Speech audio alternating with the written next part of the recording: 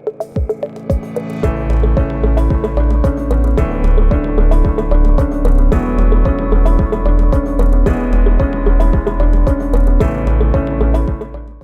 going to get started then if everyone is ready. Okay. Today I will be talking about building business relationships for success in the good times and bad. And I know we can all attest that this past year we've definitely experienced some bad. I mean, I think I can speak for all of us and say that unfortunately it's been a lot of ups and downs. But how my motto is, challenges always, bring good. They teach us things. They, allow to make us stronger, better people. So that's how I, keep my mantra. So, okay, statements of disclosure. I have no conflicts of interest. Today, basically, I have three objectives that I want to cover with you all. The first one is to understand how new technology systems impede building relationships and how to get back to a personalized sales cycle. Identify the benefits of personal relationships and how to maintain them, and prepare to go back to basics, meaning mailing, faxing, emailing, and welcome kits, all the kind of like foundational marketing that, we can always go back to, that's tried and true. I will circle, back to these slides, to the questions on this slide, but I'm just going to leave them there. That way, if you want to toggle back and forth, you can, we can go over it and, once we get to the end.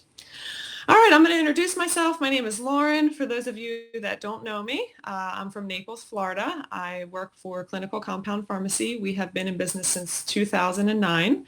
I joined as the first employee back in 2010. So the pharmacy was established, in the later part of the year in 2009. So I was the first employee hired.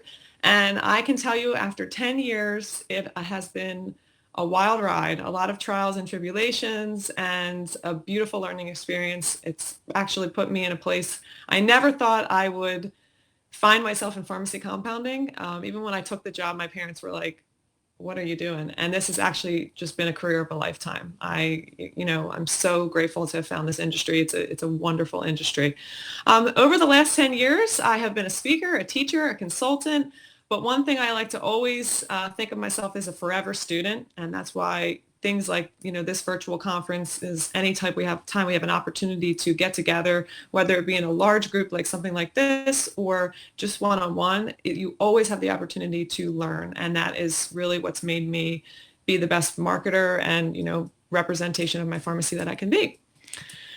Okay, I'm going to start off by, kind of tying in the tech. Obviously we need technology. We're here. We wouldn't be able to do this today without technology. So I think the biggest thing to get across, even, before I start really diving into all the nitty gritty of this presentation, is we need all forms of, communication. So I'm going to take you through a little story of my early days of marketing back when I, was just starting out. I came from a sales background, so I'm used to rejection. I'm used to, cold calling.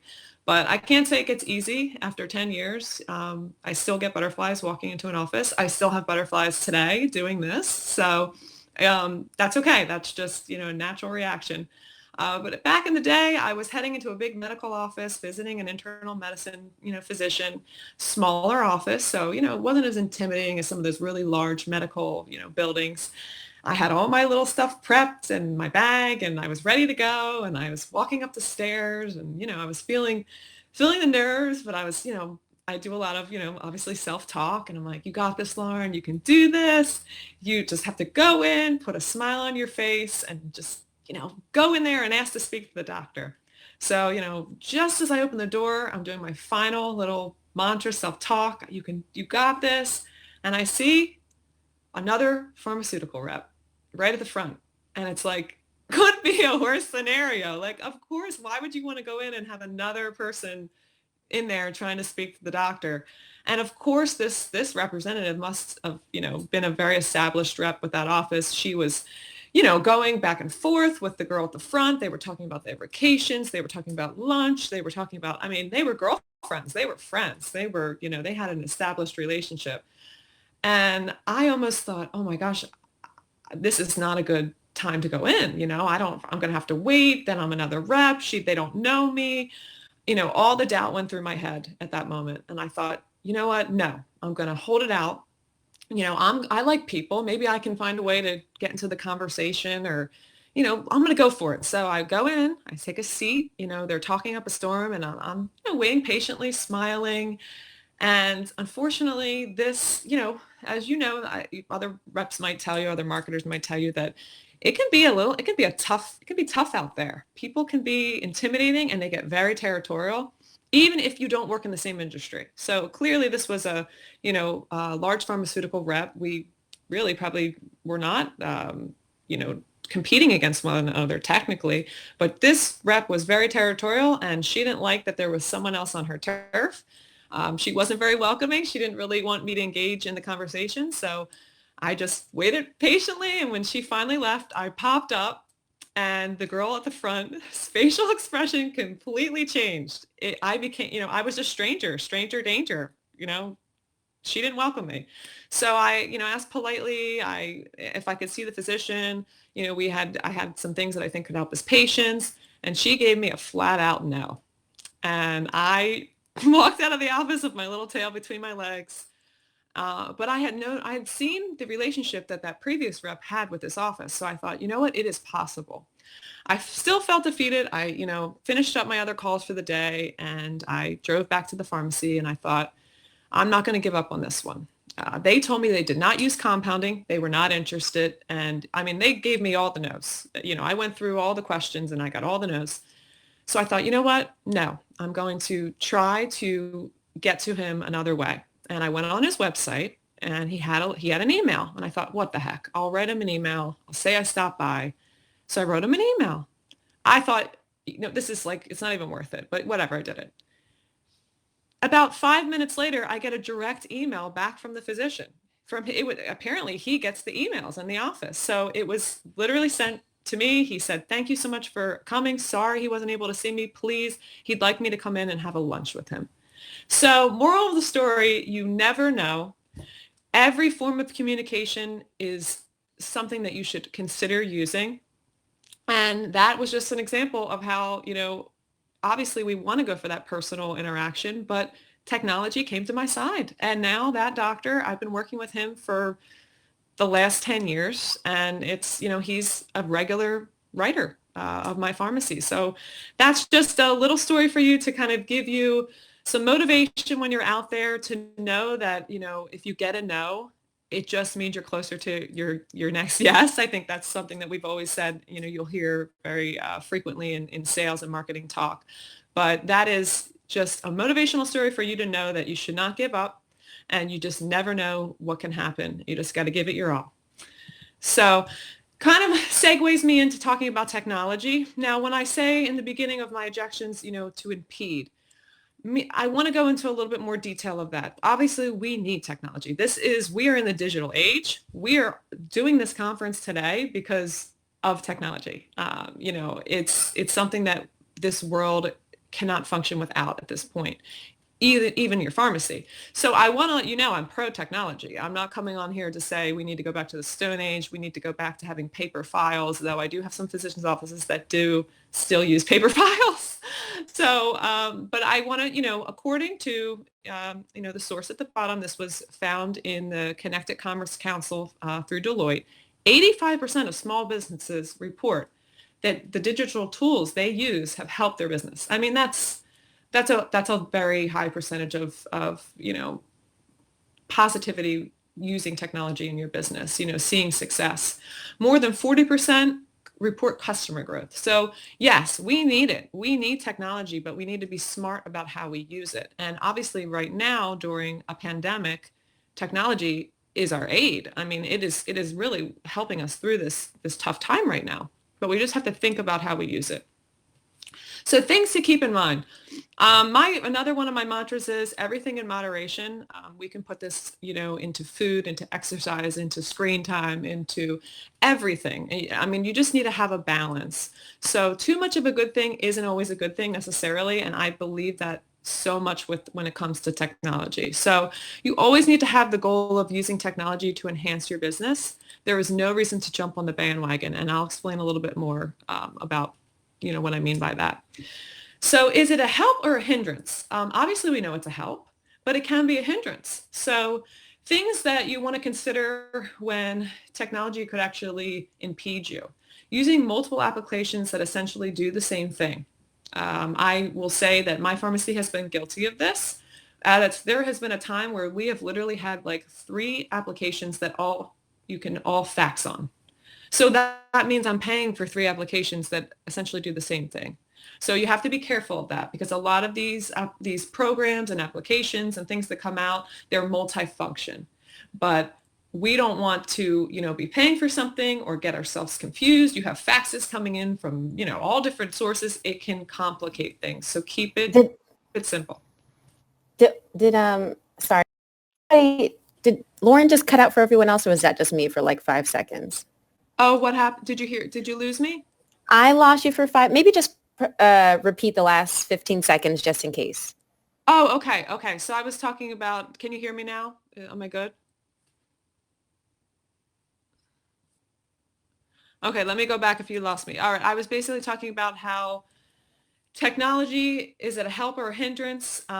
Basically, our pharmacy was guilty at one point of having an application a fax application. We had 3 different applications that allowed us to use faxing capabilities. And it actually ended up being a hindrance because, first of all, we were paying for them and we were receiving faxes, coming through different applications, and it was getting complicated. So that's one thing to note. You just want to keep things super streamlined. Technology can obviously be distracting to workflow. How many times have you started to do, a task and you get a text message or you get an Instagram notification, and next thing you know, you're scrolling and you're looking at what you're going to, buy for dinner tonight. It can divert us. So we have to be aware of that too. Impersonal. It can be impersonal. It can be something that, you just are pushing information out, but you're not actually getting any information back. That's another thing to be aware of with technology. Misleading messages. We all want to look shiny. We all want to look great. Obviously, we talk about, different applications being a highlight reel, a highlight reel of our lives. We want to put out the best. But sometimes we might get overzealous with putting something out that we are not able to actually fulfill. And that can be a problem as well, too. Something to consider. Not all customers have the same accessibility. I can tell you I'm in Southwest Florida. The demographics of my area are, older. And luckily, a lot of these, this older population is tech savvy, but there are some that are not.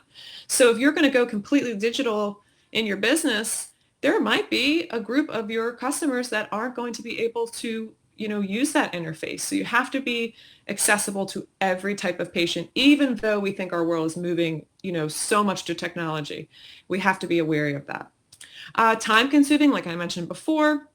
You can get lost in doing, other things that take you away from your work, but also it's time consuming to actually make these posts, time consuming to put up good content. It can take a lot of time. And that can take away from other things that, you might need to put your priorities on in your business. Cost is another thing. Once again, like you don't want to jump on the bandwagon, get involved in all these different things if you don't know that you're getting, your ROI. All right, let's talk about how to use it wisely. So, I talked about some of the things that to think about, like the negatives, but it can be used wisely. We want to streamline applications. Like I said, what we ended up doing is ditching 2 of those fax applications, and now we just have 1. So much easier, so much better. I don't have to, have my staff going back and forth and having the, tendency to even lose something. So that's very important. Streamline, streamline, streamline. If you, want to use a couple different platforms to communicate with patients, luckily now some of them connect together. So find ways to streamline. Schedule a specific time to work on social media. So for me, my social media day is Friday. Fridays are slower days in physician offices. I mean, we know everyone's ready for the weekend. They're not really welcoming you when you want to come in with a new idea. So be smart. Fridays are the days that I like to do my videos. I make content. I work on any type of, social media or technology-based updates to the website. Anything digital is Friday's my digital day. Personalize your content to encourage your audience to connect with you. So believe it or not, I have some friends that are actually they're influencers. They have probably over 10 to 15,000 followers, even more on Instagram or Facebook. And their advice to me was do a giveaway, do surveys, do questions, interact with your audience. So that way you're not just pushing information and you're actually getting, some information back on what's working and you're getting people to interact with you. So that's currently I'm running a giveaway right now at my pharmacy for one of our products.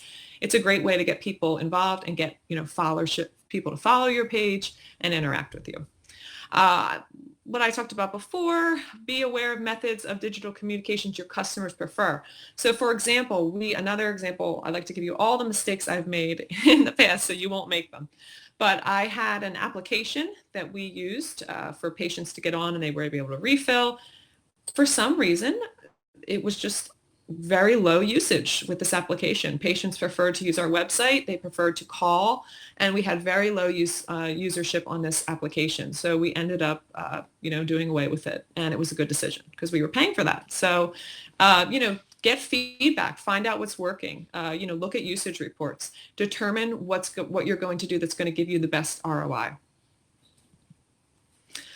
Okay, so the sales cycle, pandemic edition, obviously the technology, like I wanted to kind of, bring this in full circle. It is important. We need it, especially now more than ever. But think about how to be smart about using it so you're going to get the most out of it to help your business grow, especially during a time where, we're restricted. So how can we keep our outreach personalized?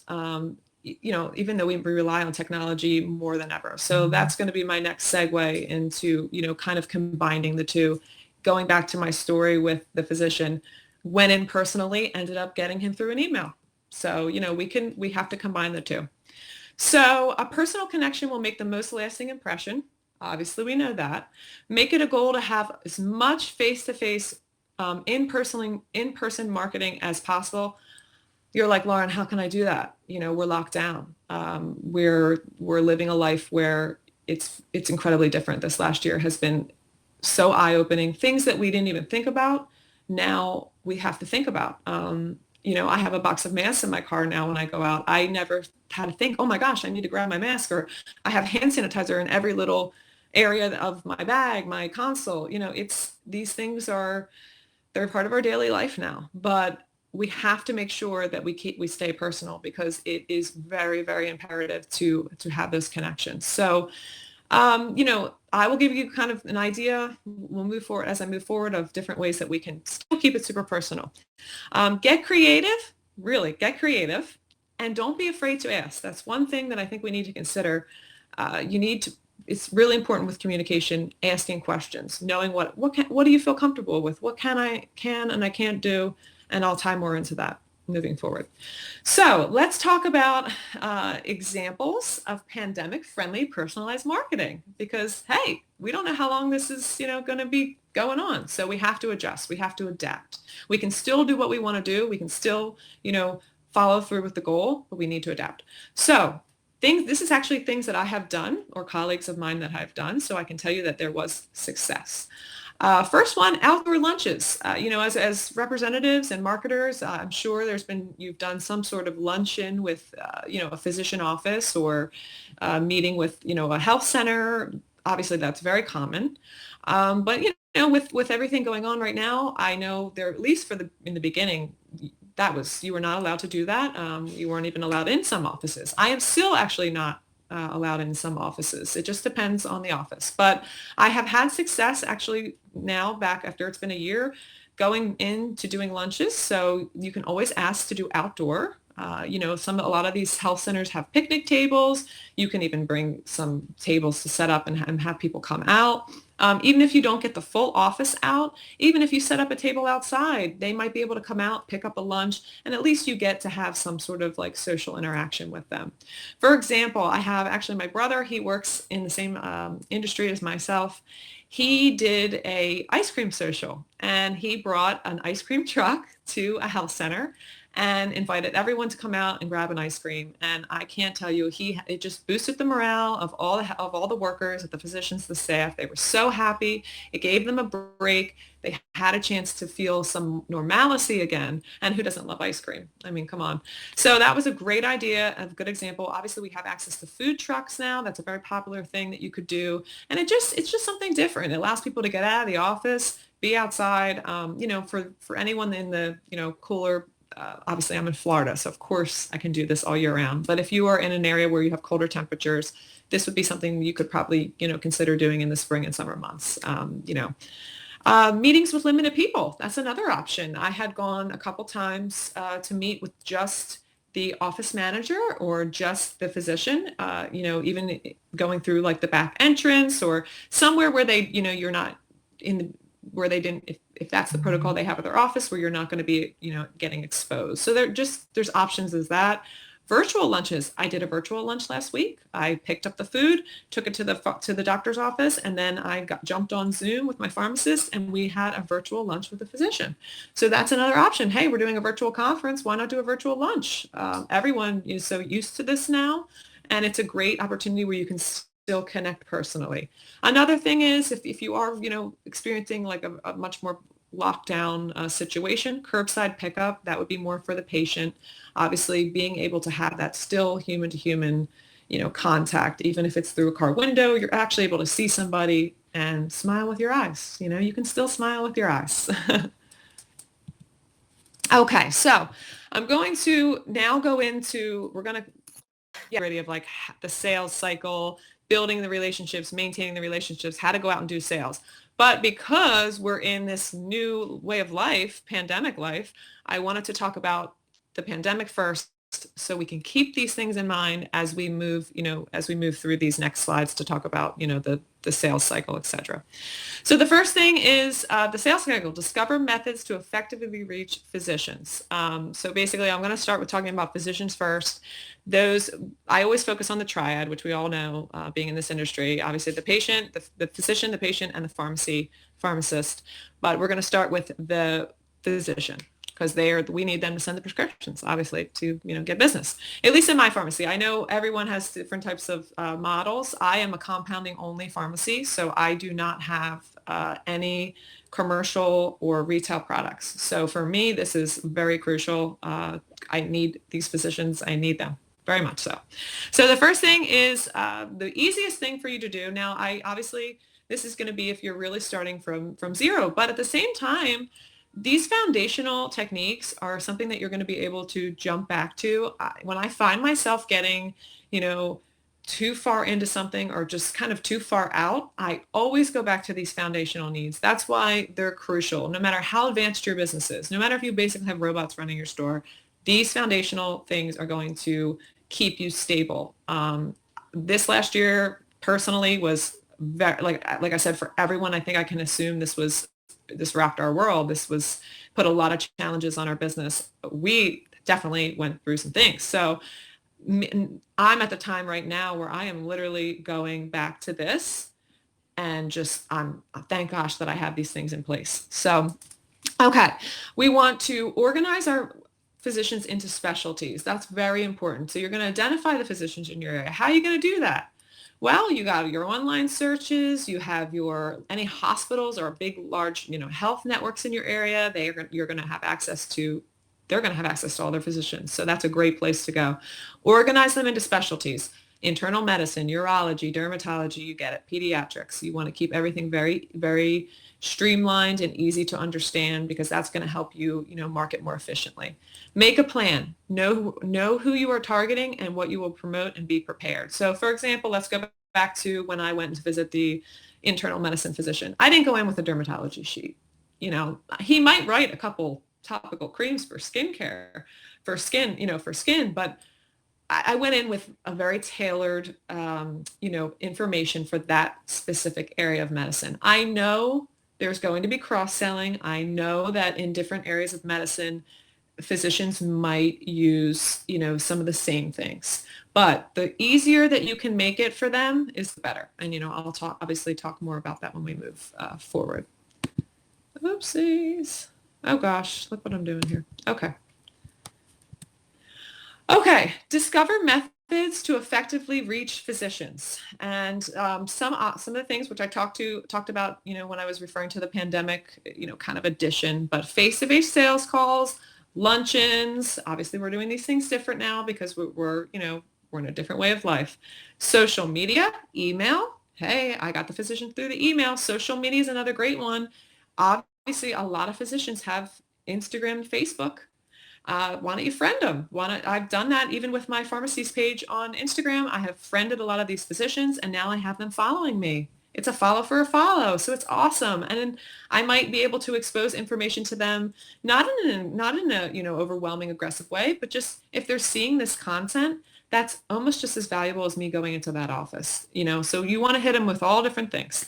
Phone and fax, medical meetings, events, sponsorships, which we're starting to do again, which, things are going to start, moving forward, which is great. Obviously, we always have the ability to do virtual. And a lot of these conferences and different, things, educational things are going to be virtual now, which is wonderful. In a way, it has its advantages because physicians can be in the comfort of their own home. They don't have to travel. There's a lot of positives to it. I know we do like in person, but hey, we're going to take everything that we can get. I have a picture of myself here. This was actually at a conference. I brought a hormone practitioner with me. It was awesome. We had about 3 days. I was with her one-on-one. I was really able to, learn who she was. She was able to learn me. We built a relationship. We built a connection by doing that, which was super, super cool. And obviously we were, in our industry, and she learned a lot. So that is a benefit. If you have the opportunity to do that, I strongly suggest doing it. It's awesome. Okay, discover methods to effectively reach physicians. We're just going to continue on with this. Take time to learn about the physician you are marketing to. This can help you better connect and leave a lasting impression. So let me talk about my Philly pretzel story. I am from Philadelphia. I love Philly pretzels. They're so good. If you have ever been there, it's like our staple food. And there was a new physician that had a urologist that had moved into town. And one thing I will tell you that's a great tip, always research your physicians. Go on their page. A lot of the times they have a bio. It'll tell you where they went to school. It'll tell you, basically, you can kind of figure out where they were from. So I had looked up this urologist, and all of his schooling was done in Philadelphia. I think he was from like South Philly, maybe Jersey area. And I'm like, wow, this is such a wonderful opportunity. Yes, I'm going to use this to my advantage because people like to talk about themselves. So let's, take advantage of that. So at the time we had a Philly, it's the name of the store, Philly Pretzel Factory, actually down here in Naples. So I thought, you know what, I'm going to go in to see this physician and I'm going to bring him Philly pretzels. I ended up taking the pretzels in. When I went to the office, of course, do you think they welcomed me with open arms? No, they did not. They were like, get out of here. But I was like, no, please just, will you take these back to Dr. Colton and let him know that I'm here from, Clinical Compound Pharmacy. They took the pretzels back, and this doctor was literally, his was smiling from ear to ear. He said, Lauren, I cannot believe that you brought these. He's like, I have been down in Florida for, a few years now, and I've missed my pretzels so much. It just, it broke the ice. It was a personal little touch that really went a long way. And it was just some pretzels. I know it's just like some bread. It's like, it's just amazing how something so small can really go a long way. So think about that. At that point, this doctor was working with another pharmacy. And I feel like the connection that we made that day, he actually started sending business to us because he saw that, I was a real person and, we just had some things in common. And even if you don't, obviously being in this industry, we're connected with people all over the country. Just so happened that prescriber was from an area that, I grew up in and I knew very well. But if you go through and you read, a lot of them they're moved all over the place. You might have a friend that lives in another part of the country that you can connect, or you've traveled somewhere where they have been. So just, you'd have to use all these little tips and tricks, and in a genuine way. Like I'm telling you, use this in a genuine way to really connect with people. It definitely breaks the ice. Always ask questions. I think we have a tendency to go in because we're nervous and just spit out our information. We go in and we just want to say like, we have this, and this, and this, and this is how you send the script. And I've done it. You're nervous. You don't like silence. You don't like the pauses. It's very awkward. I understand. Believe me, I understand. I'm a talker. So yes, I have a tendency to overtalk when I'm nervous, but ask questions. You may uncover an opportunity to better serve the practice. Sometimes people need time to think. They need to take a moment to think in their head, wait, what do I need? And that's an opportunity where you don't want to interrupt them, that process. So ask a question. Don't be afraid of silence. It's okay. Educate instead of sell. I think that we have a hard time. Sometimes people are very turned off by the sales approach. I try to go in more as like an educator and something. I have a resource for them. I have a way to better help their patients. Not I want their patients to buy this. Not I want their scripts. No, I have a way to educate, and I have a way to give the doctor a tool to get a better patient outcome. That's what I think of when I go in.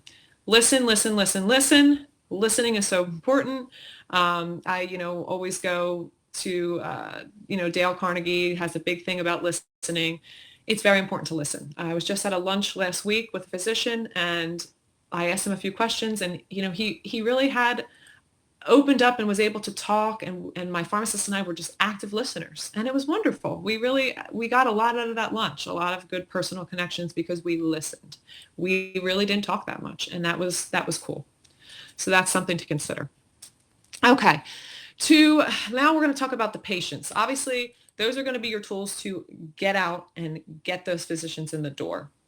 Your prep and little tips and tricks that you can use to really connect with that physician when you're going into the office. But the patients are very important too. Obviously, they're our customers, they're our business. So how are we going to get these patients? Well, you have current patients at your pharmacy. They're already familiar with you. They trust you. Those are great people to go to when you're going to, bring out a new service or you talk to them about other areas of medicine, that you might be able to help them, expanding your services. Your local community is a great way to reach patients, your local organizations and their groups, and health centers. Now, like I said, with the pandemic, we're going to be dealing with things a little differently, but that's okay. We're going to follow protocols. We're going to stay safe, and we're going to still be able to get out to these patients and get out to these areas, and be in our community in the way that, whatever, to meet the protocols that are in place to protect everyone. Okay, other ways to meet patients: newsletters, websites, social media, emails, blogs. I know there are some people here at this conference that have been doing this for, 15 years. They are just aces at this. They're amazing at this. They probably have a huge following because they've implemented these things with their patients years ago. I'm a little newer at this, but I will tell you that it does. It's wonderful to be able to reach out to patients, and these are just other areas that you can reach to them without, them when they're outside of your pharmacy. So local events, local publications, sponsorships. We've done many times where we've sponsored little events and different things in our community, and it's a great way, especially with compounding. This industry, I mean, most people don't know what compounding is. We're not a big box store. They're not going to come in and buy shampoo, at least in my pharmacy. So I really need to get out to my community, and I really need to educate them, because you never know when you're going to need a compound. You never know when you're going to need a compound, or a loved one's going to need a compound, or your pet's going to need a compound. You want to get the awareness out. So that's how you're going to do it to your general patient population. Okay, it's important to make each patient feel special. This goes a long way. Excellent customer service goes a long way. Let me give you a story about a competitor pharmacy, which, their competitors are popping up all over the place, and that's just, what it is. It's just part of business, and it's a shame, because you're thinking, oh man, just when I finally got settled, I got another competitor in my area. Just don't get comfortable, because they're always going to be out there, and everyone's going after business, and that's just the way it is. But this will allow you to offer better service to your patients and keep, retention. So, for example, we had a patient, she unfortunately didn't have a good experience with another local pharmacy in the area. She, just wasn't handled well, didn't feel like she was treated well. And, she ended up doing a Google search and finding us. And now she's been a lifelong patient, which is really cool. So customer service is huge. When I'm in the pharmacy, I really listen to how my technicians and how my reception staff and my pharmacists talk to patients. It's very, very important. It goes a very long way. You can literally turn someone's day around. There's been times where I've been talking to patients, and I can tell they're stressed about something, and they're upset. I mean, they're dealing with their health, and sometimes news about health isn't always good. But we can really turn their day around and make a lasting impression on them, and that's huge. Like I said, ensure your staff is trained properly and receives ongoing, evaluation and training. Some will actually, I know some pharmacies will do recorded phone calls. They will really go above and beyond to evaluate staff and make sure that every customer is, being given like number one customer service. Like I said, I spend time in the pharmacy watching, listening, looking at situations, how we can be better and just give ultimate customer service. Consistency. Okay. So we're going to go back to, just in general physicians and, patients. So we want to talk about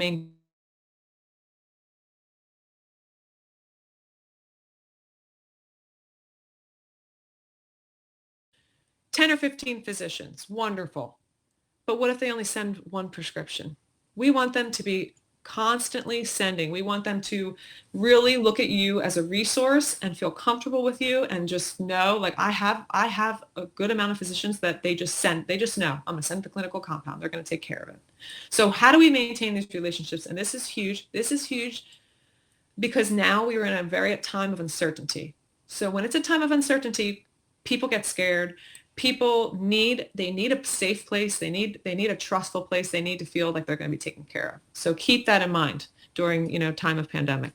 So let's go back to the physician. We're going to go back to how we're going to maintain these relationships with our physician.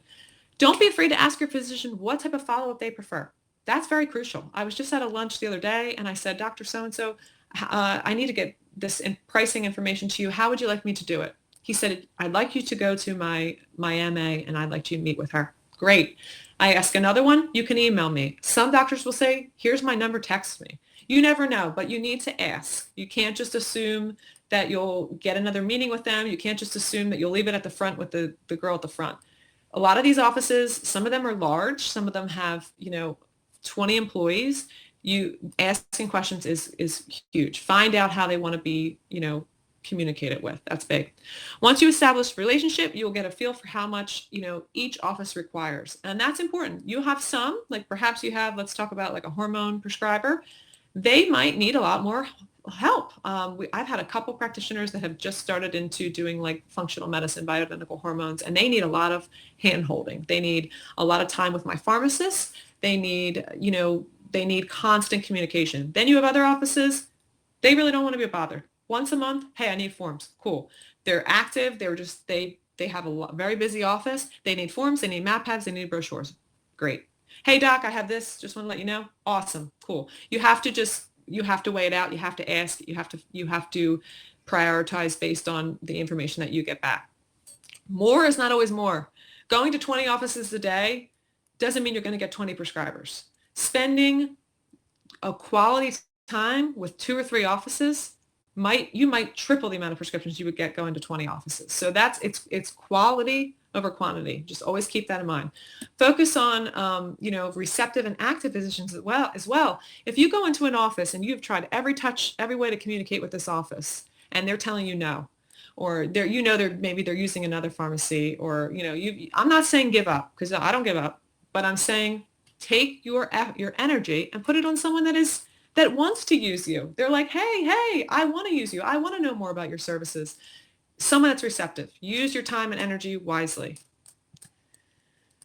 Okay, so multiple methods to stay in touch. We're going to kind of, go back on this. This is where I'm going to go back into the foundational methods of communication. So fax blasts, thank you cards, huge. A handwritten thank you note. Oh my gosh, does that even exist anymore? Huge. Make someone's day. Make them smile. Newsletters, the prescribing process. Make it simple for your physician. A lot of us have our forms out, our price lists, whatever. I know in compounding we don't have tangible items. I don't get to go in and leave samples. I don't have very fancy, little cards and things. But simple is sometimes overcomplicating things isn't always better. Keep it simple. Make it easy for them. They're not going to just write a drug name. They're going to maybe write out a long formula. So find ways to make it easier for them to write. Like I said, prescription forms, any types of cards you can leave with formulas on there. A lot of them are using the e-prescribe now. So they're not actually handwriting out prescriptions or faxing anymore. I've even had offices where I will go in and sit down with the person that their tech person that inputs formulas into their e-prescribe, and actually sit down with them for an hour and help them input these formulas. So like I said, don't be don't be afraid to ask. And, you need to make it easy for them. Also, don't be afraid to ask for referrals. That's huge. That's huge. Referrals are huge. That can help you a lot. Okay, track your results. That's another thing that's very important. You want to make sure that you are looking at your prescription reports, using your time wisely, finding the most efficient way to touch. Like I said, is it a fax blast? Is it going in the office? You will start to get the feedback, and then you can assess on what offices, how they prefer your information. Consider your time and travel costs as well. Hello, we don't want to be wasting gas pedaling around. We don't want to be wasting time, like I said before. Maybe 2 or 3 good calls versus 20 calls. Maybe on days when you want to outreach to a lot of offices, those are times that you're going to use a fax blast, or you're going to email, especially if they're a little further out of your territory. It's something to consider. So once again, simple, simple, simple. We want to focus on keeping our message simple. Most of the time, these offices are busy. They're moving quick. They're moving fast. They got 20 patients in the waiting room. They're behind. Now we're in COVID time, so it's even more, higher levels of stress in these offices. Keep it simple. Get to the point. That will make you much more successful. Okay, now let's talk about the patients. A patient outreach program. This is going to help you get feedback from your patients. You're going to help to retain your patients, keep them happy, keep them continuingly to use your pharmacy. So basically, you can do it. Some pharmacies will hire an outside company. With mine, we actually had a person hired that we did this in-house. They would pull the prescription reports, call 30 days out, check in with patients. So that's important. That's a great service to reach out and connect with your patients and make them feel secure, make them feel that they matter, make them feel special. Birthdays, special pharmacy programs, holiday hours, refill reminders. You have to get out information to your patients. That's another way to do it. Medication follow-up program. That's another one. I actually had a story of another great story. I have many stories throughout the years. A patient was applying a topical pain medication with a cotton ball. And we called up to find out how she was doing. She said, it's not working. It's not working. Okay, ma'am, I'm so sorry to hear that. What happened? How are you applying it? With a cotton ball. So she wasn't actually rubbing the cream in. She was just, So we fixed the problem. She could have went back to her doctor and said, this doesn't work, doctor. I don't want this. I wasted my money on this cream. But we were able to solve the problem because we followed up. So that's very important, the follow-up process with your patients. Okay, we're still going. Identify how to build and maintain relationships with physicians and patients. Strong and knowledgeable customer service. I can't stress that enough. Easy to order. Fast turnaround time. Everyone wants everything yesterday. And I know that puts that stress on us, but we have to streamline things in our pharmacy. Go into your lab. Is there ways that you can batch ingredients? Is there ways that they can make processes so they can make a medication faster? It's just, this is the age where people literally want it now. I mean, come on. We have Amazon where something will arrive to your house tomorrow. So this is just the times. I know we are doing handcrafted medications. I know that we have to let patients understand that, but we need to be efficient and we need to be fast, and that's going to help our business. Professional packaging and labeling, medication consistency and quality. These are all things that are going to help retain your business, and you need to focus on. You need to continuously check, have policies in place to make sure that you are at the top of your game.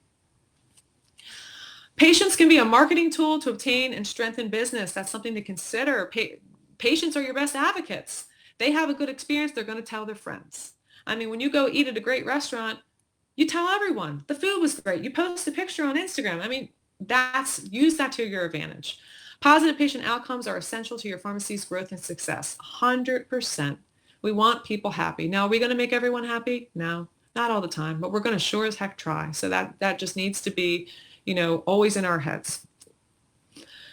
Just want to go through a couple takeaways. Technology can be a huge asset to your business when used efficiently. 100%. We would not be here today without technology. This is so wonderful. I was so excited to be able to do this. I know I would love to be in person, seeing everyone, smiling, shaking hands, hugging. I'm a hugger.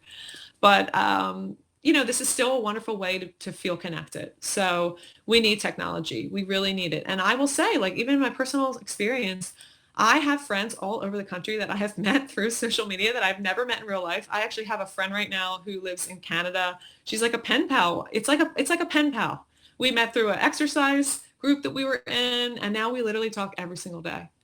So it's definitely a way that we can connect, and we need to use it, like I said, to our best ability. It can be a huge resource for us, but don't let it impede you. Think about how to use it wisely. Utilize multiple communication methods to develop and maintain. So, obviously, you want to maintain your physician business, but remember to keep the connection personal, personal. Remember the pretzel story. Don't forget about that Philly pretzel. If you never had one, I suggest you try one because they're awesome. But, like I said, keep it personal. Ask questions. Listen. Those things are so important. People like to talk about themselves. It's just, come on, we know this. So use it to your advantage. Um, Develop strong customer service to ensure patient satisfactory. I can't speak enough about customer service. I can't speak enough about customer service. Obviously some people are going to have bad days. It's just part of life. We all go through struggles, but your staff, everyone, they can't bring it to work. They have to check it at the door because our patients are calling. You never know the status of a patient. They might have just got some bad news. So we need to give it our all and give our, top-notch customer service. If you find yourself stuck, go back to basics. Seriously, go back to basics. Like I said, this year has been, man, a transformation for me. A lot of challenges. I had a baby during the pandemic. I had a pharmacist that left that opened a competing store. We had a lot going on. Pandemic. I mean, most of my colleagues that I talk to, they're down right now. But you know what we're going to do? I've started to do it. I just said, how am I going to get back to what I know that works? And that's foundational marketing. That is just using the tools, things that you know that work. So always consider back to basics when you feel lost or you get overwhelmed. Just streamline back to basics. Welcome change and learn how to be adaptable. That is huge. The whole last year, adapt to new living, and we need to change. I am the person I'll say I'm a stubborn. I don't necessarily love change. I like stability. I like feeling safe and comfortable. But if you don't love change, you're not going to get better. So like I said, it's been such a year for me personally in our business. I welcome it, and I'm happy I'm doing it because it's working. Or the more you can, that's what I go back to the thing when I said forever. I'm forever. We are all forever students. That's why I'm here today. That's why we're at this circle. One another. I was always here, and I'll talk to somebody, and I'll come and help something. And I'm like, oh God, I was here. You taught me something. So it's the beauty of this, getting together, share ideas, and help. Because we're there to help people, help people, and really also to help health in general. So just my takeaways. I'll open everything with questions. Thank you so much. I appreciate everyone here. I appreciate this whole platform. This is a wonderful opportunity. As I said, Vivian and her team have put together something so cool, and I'm really proud of them. And I think this was awesome. Let's open up to questions. If you want to ask me personally, you can ask theirs too.